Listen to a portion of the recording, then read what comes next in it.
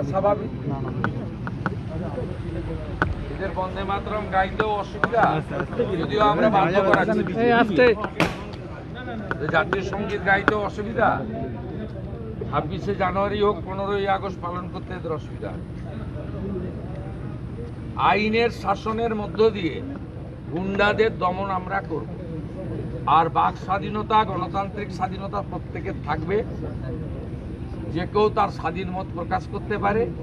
সরকারি সব স্তরে কথাবার্তা বলা, আলোচনা করার সুযোগ আছে।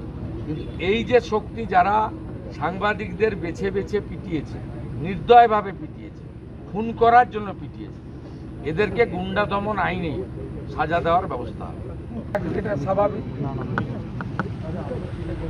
এদের বন্দে মাতরম গাইতেও অসুবিধা, যদিও আমরা বাধ্য করাচ্ছি।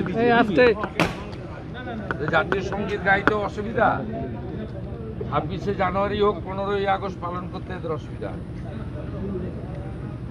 আইনের শাসনের মধ্য দিয়ে গুন্ডাদের দমন আমরা করব, আর বাক স্বাধীনতা, গণতান্ত্রিক স্বাধীনতা প্রত্যেকের থাকবে। যে কেউ তার স্বাধীন মত প্রকাশ করতে পারে। সরকারি সব স্তরে কথাবার্তা বলা, আলোচনা করার সুযোগ আছে। কিন্তু এই যে শক্তি যারা সাংবাদিকদের বেছে বেছে পিটিয়েছে, নির্দয়ভাবে পিটিয়েছে, খুন করার জন্য পিটিয়েছে, এদেরকে গুন্ডা দমন আইনে সাজা দেওয়ার ব্যবস্থা হবে।